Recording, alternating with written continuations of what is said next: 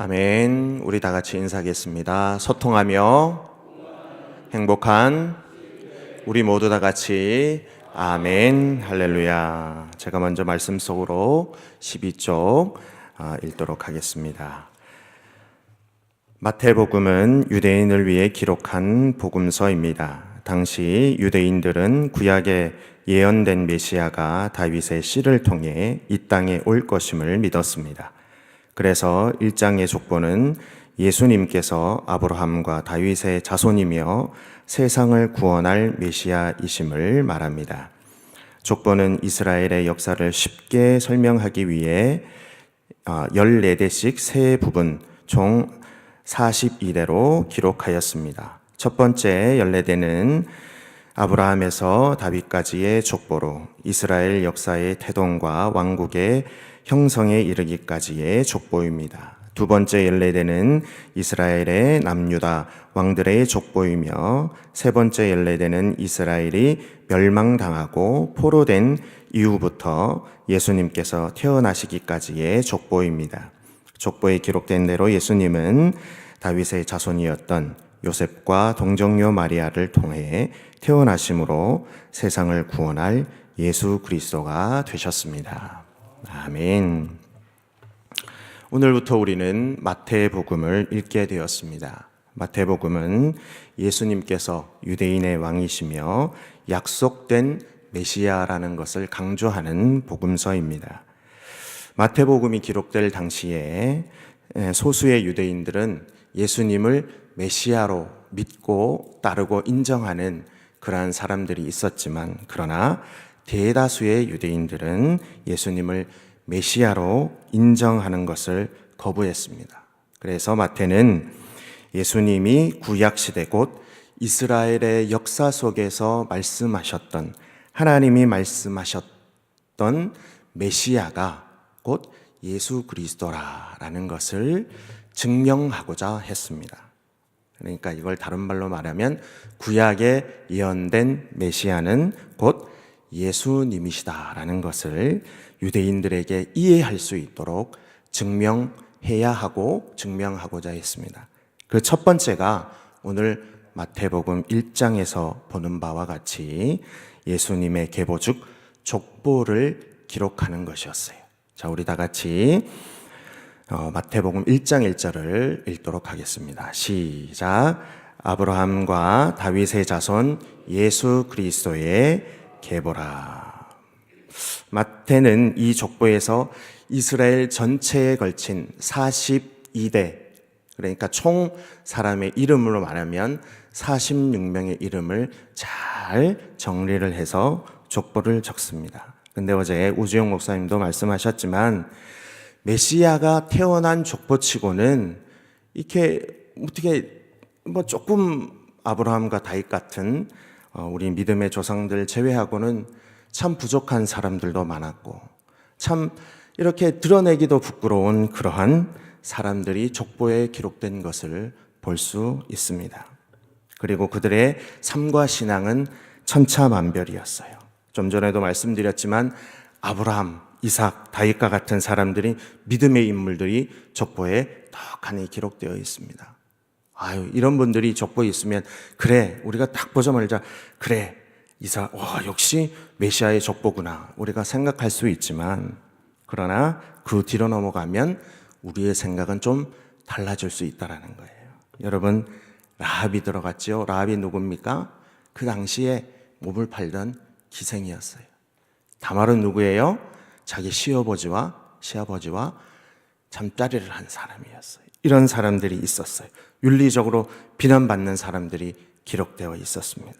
또 헤스론, 람, 나손, 압킨 같이 우리들이 이름을 들어서는 도저히 알 수 없는 이 사람들이 누굴까라는 아주 평범한 사람들도 기록되어 있었다라는 거예요.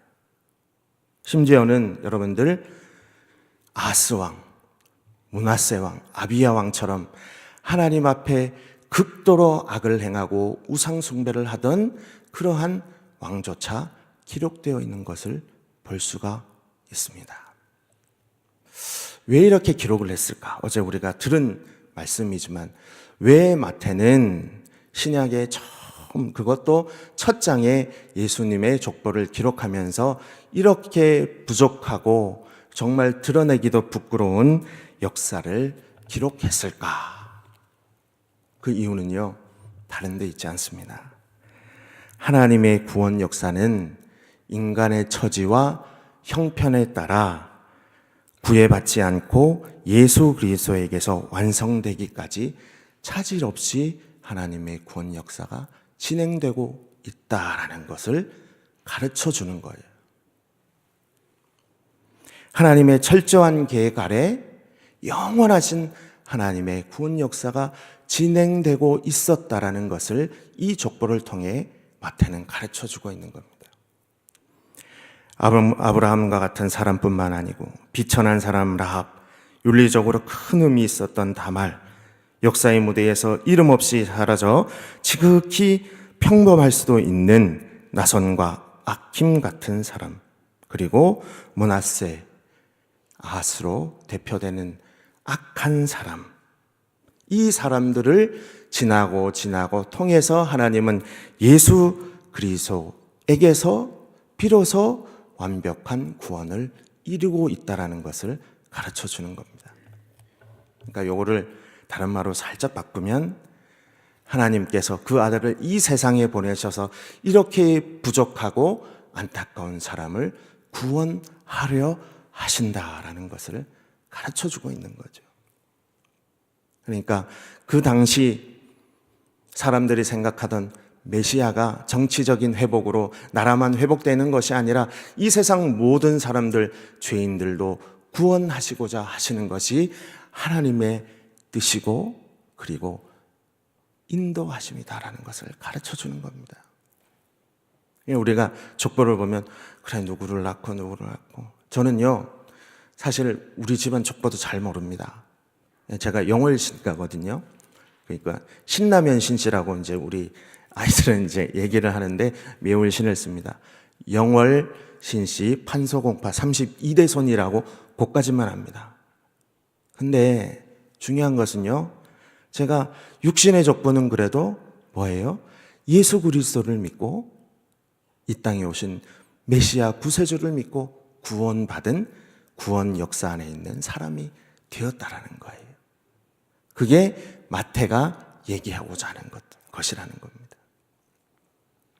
이거는 큰 틀의 구원 역사죠. 자, 우리 삶을 한번 돌아보겠습니다. 여러분들의 삶도 그런 삶이 있잖아요. 하나님 앞에서 감추고 싶은 삶이 있습니다. 하나님 앞에서 드러내고 싶은 삶이 있어요.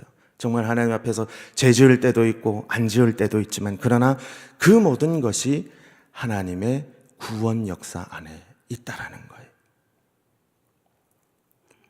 조금 더 생각해 볼까요? 이 땅, 이 나라도 하나님의 구원 역사 안에 있는 줄로 믿습니다. 이 나라가 지금 많이 흔들리고 있어요. 흔들리는 게 아니죠. 왜요? 하나님이 지켜주고 계시니까.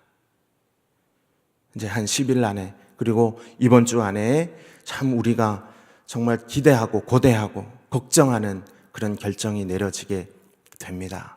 어떤 분들은 이렇게 해야 된다고 막 하고 어떤 분들은 이렇게 해야 된다고 막 합니다. 이것이 이래야 우리나라에 정말 부끄러움 없는 역사가 될 것이다 라고 사람들은 말을 합니다.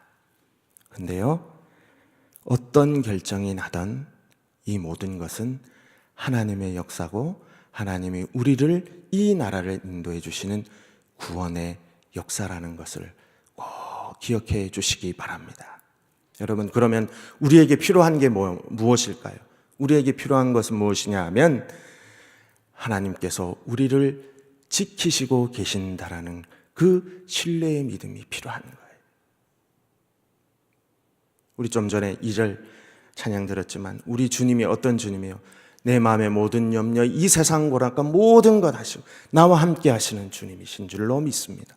그 하나님이 여러분들을 지키시고 계시고 그리고 그 하나님이 우리나라를 지키시고 계심을 기억하셔서 주님을 신뢰하고 주님께 영광 돌리는 그런 하루가 되시기를 간절히 축원드립니다. 두 번째는요, 우리가 지금 그리스도의 족보를 통해서 하나님의 구원이 우리에게 임했다, 완벽하게 진행되고 있다는 것을 우리가 깨달았습니다. 그러면 또 한 가지, 우리가 예수 그리스도의 나심을 통해서, 요셉의 이야기를 통해서 우리가 알 수 있는 것은 무엇이냐 하면, 하나님의 역사, 하나님의 구원 역사는 하나님의 뜻을 헤아리고 순종하는 사람을 통해서 이루어진다라는 것을 우리가 알 수가 있어요. 자, 우리가 잘 알듯이 요셉은요, 마리아하고 정혼했습니다. 이제 약혼을 한 거죠. 이제 결혼식하고 좋은 가정을 꾸리려고 하고 있습니다. 근데 덜컥 마리아가 임신을 한 거예요. 그래서 이 사람이, 성경에는 요셉이 의로운 사람이라, 참 정직하고 모든 사람을 배려하는 사람이라서 그냥 끊고자 했습니다. 파혼하고자 했습니다. 근데 그런 결정을 하려고 마음먹었을 때 주의 사자를 통해서 현몽함을 받습니다. 꿈속에 주의 사자가 나타나서 이렇게 얘기를 하죠. 그가 자기 백성을 그들의 죄에서 구원할 자다, 메시아다. 요셉아, 파혼하지 말고 끊지 말고, 이것은 성령으로 된 것이기 때문에 하나님의 구원 역사에 참여하라라고 말씀을 듣습니다. 자, 여러분, 우리가 현몽함을 받았다고 했을 때 여러분도 한번 생각해 보세요. 어떤 의미일 것 같습니다. 그건요, 꿈꾼 겁니다. 우리가 여러분들 이제 오시기 전에, 잠 깨시기 전에 푹 주무셨죠. 푹 주무시고 딱 일어나, 혹시 꿈꾸신 줄 모르겠습니다. 꿈꾸시는 분 있으실지 모르겠지만, 주의 사자가 현몽했다, 이 상황은요, 요셉이 잠을 자고 있을 때 꿈을 꾼 것에서 비롯된 거예요. 보통 사람들 같으면 꿈을 꾸고 딱 깨어서 에이 그만, 뭐 하나님이 뭐 이런 꿈을 주시나, 이런 생각을 할 수도 있겠지만, 그러나 요셉은요, 그렇게 생각하지 않았습니다. 요셉은, 자, 우리 24절 한번 읽어볼까요? 24절 한번 읽어보겠습니다. 시작. 요셉이 잠에서 깨어 일어나 주의 사자의 분부대로 행하여 그의 아내를 데려왔으나, 25절에는 아들을 낳기까지 동침하지 않고 그 이름을 예수라 했다. 여기에서 보니까 주의 사자의 분부대로 행했다, 하나님이 말씀하신 대로. 그러니까 여기에서 주의 사자가 얘기를 했지만 이 원어의 뜻을 보니까 이런 뜻이 있어요. 거역할 수 없는 하나님의 권위로 주의 사자가 말했다라는 거예요. 근데 꿈에서 보면 하나님은 아니고 그래 저런 말 할 수 있겠지로 한 게 아니고, 그 권위가 워낙 크고 높았기 때문에 이것이 하나님의 뜻이다라는 것을 요셉이 생각했다라는 거예요. 그러니까 요셉이 그냥 꿈을 꾸고 깬 것이 아니고, 이것이 메시아가 태어날 하나님의 역사구나라는 것을 확신했다라는 거예요. 하나님의 뜻을 헤아렸다라는 거예요.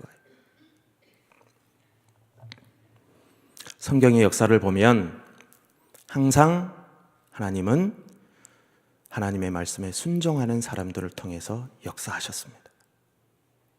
아브라함을 갈대아 우르에서 옮기셨을 때 아브라함이 순종하면서 가나안 땅으로 갔고, 모세를 일으켜 세우셔서 출애굽하여라, 가나안 땅으로 가라 했을 때 하나님은 그 모세의 순종함을 통해서 이끌어 가셨고, 여호수아도 마찬가지입니다. 그리고 우리가 신약에서 볼 수 있는 베드로와 모든 사도들과 그리고 바울과 같은 모든 사람들이 하나님의 말씀을 순종함을 통해서 구원 역사가 진행되어 갔다라는 거예요. 자, 여러분, 이 시간 우리 한 가지 생각하기를 원합니다. 여러분도 하나님의 말씀에 순종하는 삶 살아가시기를 원합니다. 그냥 목사에게 순종하라는 게 아니에요.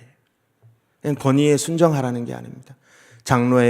장로님의 말에, 권사님의 말에 그냥 순종하라는 게 아니고 하나님의 말씀에 순종하라는 겁니다. 그 의미는 뭐냐 하면 하나님의 구원 역사에 동참하여라라는 그런 말씀을 우리에게 하는 겁니다. 왜 우리가 하나님의 말씀에 순종해야 되나요? 요셉과 마리아가 순종함을 통해서 예수 그리스도가 이 땅에 태어나셨잖아요.